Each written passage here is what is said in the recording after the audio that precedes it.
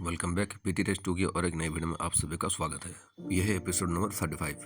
दोस्तों आज हम देखने वाले हैं जियान उस मॉन्स्टर कोर को रिफाइन करके मेन हॉल की तरफ निकल जाएगा जहाँ पे वो ग्रेट फॉर्चून रखा हुआ है। जो लोग नए हैं चैनल को सब्सक्राइब कर दें और हमसे पीटी टेस्ट 2 की स्टोरी लाइन पर जुड़ जाएं। तो लास्ट एपिसोड में हमने देखा था जियान वहाँ पे उस डेमन ड्रैगन लिजर्ड को अपने साथ लेके दूसरी तरफ निकल चुका था। अपनी सोल पावर से कवर करने की वजह से उसको कोई भी डिटेक्ट नहीं कर पाता और बाकी सब वहाँ से गायब हो जाते हैं, जो कि कुछ समय पहले वहाँ पे एक बहुत बड़ा जंग छिड़ा हुआ था। चाहे कितनी भी बड़ी फाइट हो, लेकिन जियन को कुछ भी करना नहीं पड़ा था। वो बस साइड में छुप के सब कुछ देख रहा था। जब मौका मिला तो उस डेमन ड्रैगन की बॉडी को अपने साथ सोल पावर में कवर करके वो अपने साथ ले गया था। ये तो अच्छी बात है किसी को पता नहीं चला, लेकिन अगर किसी को पता चलता तो वो वहाँ पे जियान को मरने मारने को उतरा था, क्योंकि मॉन्स्टर बहुत ही ज्यादा पावरफुल। लेकिन हमें क्या जाता है, हम तो पहले से जियान के ग्रुप में हैं। तो चलिए हम लोग चलते हैं आगे। अभी उस जगह पे थोड़ी थोड़ी हल्की हल्की हवा बह रही थी।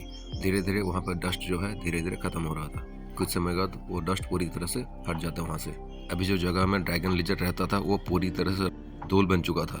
देखने से ऐसा लगता है कि यहाँ पे कुछ भी नहीं बचा। अभी चारों तरफ का जो फॉरेस्ट है फिर से धीरे धीरे दिखाई देने लगता है, जो कि लस ग्रीन कलर का दिख रहा था। जियान उस जगह पर ध्यान देता है जहाँ पे बींगटियन ने अपने आप को एक्सप्लोर किया था। जियान और हीरो वहाँ पे जाकर लैंड करते हैं। अभी जियान यहाँ पे देखता है कि यहाँ बहुत ही ज़्यादा गड्ढा हुआ है, बहुत बड़ा। ये गड्ढा 10 मीटर से भी ज़्यादा बड़ा था। उसका एंड पॉइंट नहीं दिखाई दे रहा था जियान को, लेकिन वो ध्यान से जब देखता है एक पॉइंट में उसका नज़र टिक जाता है। वहाँ पे एक छोटा सा क्लस्टर जो कि लाइट की तरह दिख रहा था, वहाँ पे टिमटिमा रहा था। चलो हम अभी उस लाइट की तरफ चलते हैं। उस लाइट की तरफ हम जाते हैं तो हमें दिखाई देता है एक ब्लरी सा फिगर जो कि खांस रहा है। वो कहता है कि अच्छा हुआ कि मैंने अपने साथ एक ड्रैगन ब्रेथ फील को लेके आया था, क्योंकि इस तरह के एक्सप्लोजन फैंगलेई फैमिली के मेंबर्स को भ्रमित करने के लिए काफ़ी है। अपनी छोटी सी स्ट्रेंथ के साथ ये फैंगलेई फैमिली हमसे भिड़ना चाहते हैं, हम सोलोमन सेक्ट से, है ना। चलो मैं भी देखता हूँ वो लोग इस बार कैसे बच पाते हैं। इस बार अपने सोलोमन सेक्ट के बंदे को लेकर उनका जो फैंगलेई फैमिली है, मैं हमेशा के लिए उनका नामोनिशान मिटा दूंगा इस कॉन्टिनेंट से। तभी दूसरी तरफ से एक आवाज़ आता है, बोलता है कि ना बाबूजी ना, ये क्या कह रहे हैं, ये तो ना हो पाएगा अभी, क्योंकि हम आ गए हैं। तभी वहाँ पे भूत की तरह जियान अपेयर हो गया था। जियान का पाम उस इल्यूजनरी सोल के सर पे पुश हो जाता है और वहाँ पे कुछ स्पेल को जियान बड़बड़ाने लगता है। लेकिन तब वो जो सोल रहता है वो उस गड्ढे से आसमान की तरफ उड़ के भागने लगता है।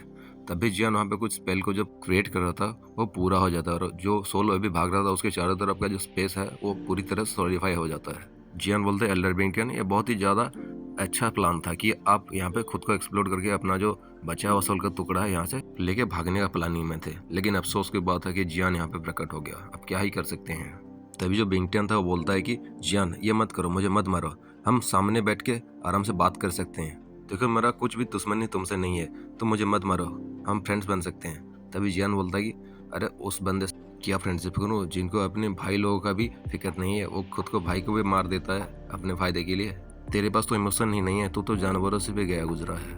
तभी बूढ़ा बोलता है कि देखो जियान, अगर तुम हमसे भिड़ना चाहते हो तो तुम हमारे सोलोमन सेक्ट को ऑफेंड नहीं कर सकते, नहीं तो तुम यहाँ से जिंदा नहीं जा सकते।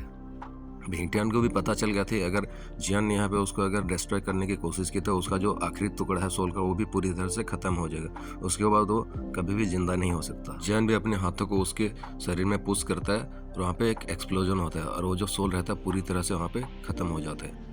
जब जियान ये सेंस करता है कि ये जो सोल था पूरी तरह से डिस्ट्रॉय हो चुका है, तो वो चैन के सांस लेता है। ऐसे एक्शन को देख के गोल्डन ड्रैगन किंग जो थे वो बहुत ही ज़्यादा खुश हो जाता है। बोलते हैं कि अच्छा बच्चे, तुम बहुत ही ज़्यादा केयरफुल रहते हो।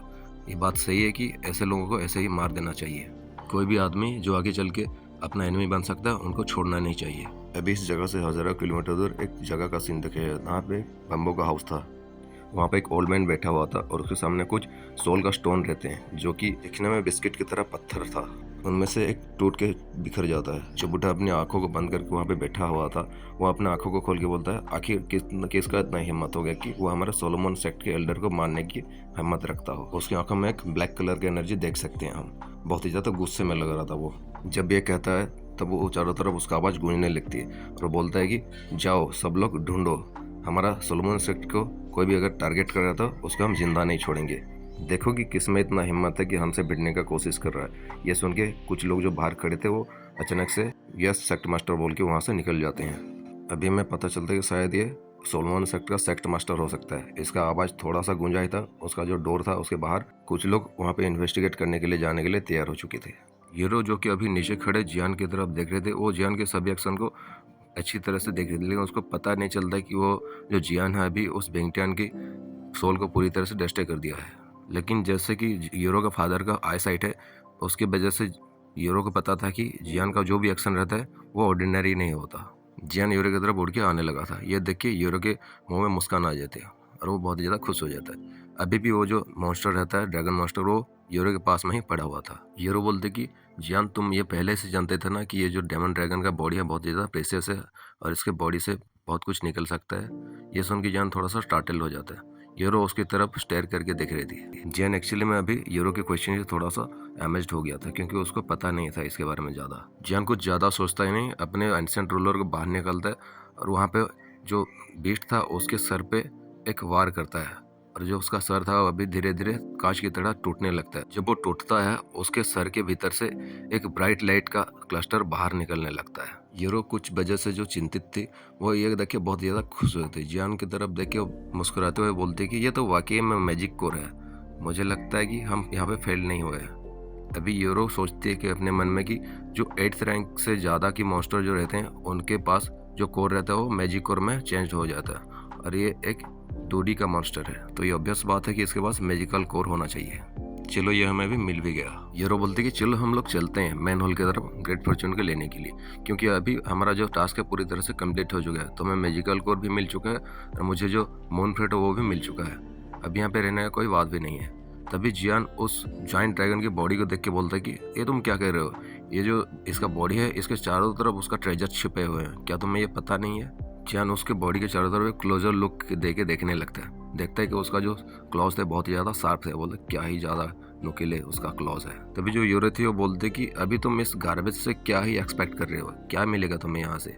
हाँ, इसका कुछ खून वून मिल सकता है। तभी जियान बोलता हाँ, इसका खून बहुत ही ज़्यादा कीमती है, क्योंकि इसके खून में अभी एक वायलेंटनेस छुपा हुआ है, क्योंकि अपना जो लास्ट फॉर्म था उसका एक वायलेंट फॉर्म था, इसलिए इसका खून बहुत ज़्यादा पावरफुल है। गोल्डन ड्रैगन किंग भी जियान की तरह सेम फीलिंग को रखते थे। जियान भी यह समझता था कि जो कि इस पूरी इलाके का ओवरलॉर्ड हो सकता है वो इतना ज़्यादा ऑर्डिनरी नहीं हो सकता। जियान उस ड्रैगन की बॉडी से अभी ब्लड को निकलने का प्रोसेस को शुरू कर देता है और उसके बॉडी से एक लाइट का क्लस्टर जो कि एक फ्लेम की तरह दिख रहा था स्कारलेट कलर का, वो जियान के सामने आके कंडेंस होने लगता है। देखने से ऐसा लगता है कि वो उस मॉन्स्टर का एनर्जी का कोई गुच्छा हो सकता है। देखते ही देखते उस ड्रैगन की जो अंदर से बहुत ही ज़्यादा डेंस स्कारलेट कलर का फ्लेम बाहर आता है और वहाँ पे इकट्ठा होने लगता है। और धीरे धीरे जब टाइम बीत जाता है कुछ मिनटों के, वहाँ पे जो एक ड्रॉप बनने लगता है धीरे धीरे, जो कि स्कारलेट कलर का ब्लड का ड्रॉप था। और वो पूरी तरह से जब ड्रॉप बन जाता है वो धीरे धीरे नीचे गिरने लगता है। इससे पहले कि वो नीचे पूरी तरह से गिर जाता, जन अपने अंदर से एक जेड का बोतल के निकाल के वो जो रेड ब्लू कलर का जो ब्लड का ड्रॉप था उसको कैच कर लेता है और उसके अंदर भर के अपने रिंग के अंदर रख लेता है। जब वो सक्सेसफुली उस ब्लड को रिफाइन करके अपने अंदर रख लेता है और रिलीफ का सांस लेता है। अभी वो देखता है कि उसके सामने जो मॉन्स्टर पड़ा हुआ है वो मिल्की वाइट कलर की फ्लेम से जल के पूरी तरह से राख में बदल चुका है। तो उसका बॉडी का एक भी पार्ट अभी बचा नहीं होता है, उसका हड्डियां भी निकल वहाँ पे नथिंगनेस से बदल जाती है। जियान अभी सेंस करते कि वो जो ब्लड का ड्रॉप उसने अभी इकट्ठा किया है, वो जो 7 ड्रॉप रहते हैं वो एक दूसरे में मिल नहीं रहे थे। ये देख के थोड़ा सा स्ट्रेंज फील करता है, लेकिन वो अपने जो फ्लेम का क्लस्टर है उसके ऊपर लगा देता है ताकि वो बाहर ना निकल सके। अभी जियान सोचता है कि ये जो फेंगलाई सिटी के लोग हैं, अभी इनको ये पता भी नहीं है कि ये जो मॉन्स्टर है यहाँ पे पड़ा हुआ था, पहले से ही हमारे साथ था। अगर अभी उनका पता चल जाता कि उनका मेहनत का फल कोई और ले रहा है तो शायद वो वहाँ पे ये सोचते कि हम वहाँ पे कितना ज़्यादा बेवकूफ़ थे। सबसे चालाक तो ये बंदा जियान ही था। बिन बुलाए बाराती की तरह आके अपना सब फायदा लेके चला गया। ये 7 ड्रॉप ऑफ ब्लड किसी ड्रैगन की स्ट्रेंथ से कम नहीं थे। जियान लेकिन इसको अभी यहाँ पे एब्जॉर्ब नहीं कर सकते बॉडी के अंदर, क्योंकि जियान को पूरी तरह से पता है कि इसमें कितना ज़्यादा वायलेंट फॉर्म है। अगर ये इसको यहाँ पे एब्जॉर्ब करने का कोशिश करे तो उसका बॉडी यहाँ पे एक्सप्लोड हो जाएगा। और ऐसा क्यों नहीं होता? जियान पहले से एक अल्केमिस्ट है और ऐसे चीज़ों के बारे में उसके बहुत ही ज़्यादा नॉलेज है। अगर जियान को एनफ टाइम मिलता है तो वो इस ब्लड को रिफाइन करके अपने अंदर एब्जॉर्ब कर सकता है।